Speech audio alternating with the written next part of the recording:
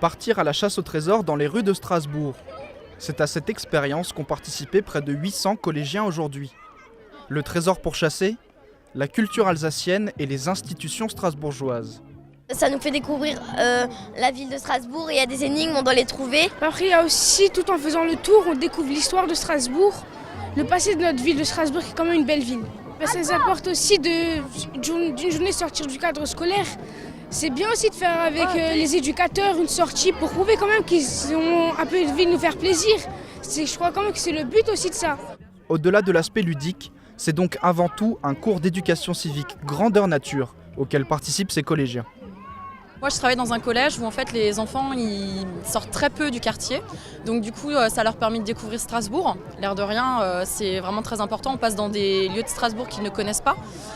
Et puis, il y a aussi toutes les règles de civilité, de citoyenneté qui sont revues tout au long de la journée sur les stands, mais aussi lors des déplacements.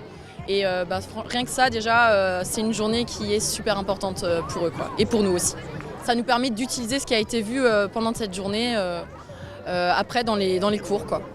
Ce raid urbain est organisé dans le cadre d'un partenariat entre les associations EduCap City et le Centre de loisirs et de la jeunesse de la police nationale.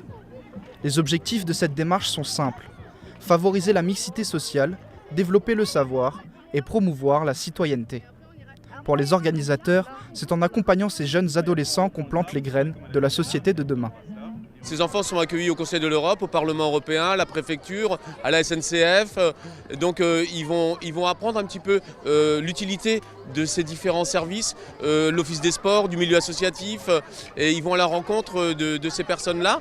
L'idée c'est qu'ils apprennent des choses en lien avec ce qui les concerne, quoi.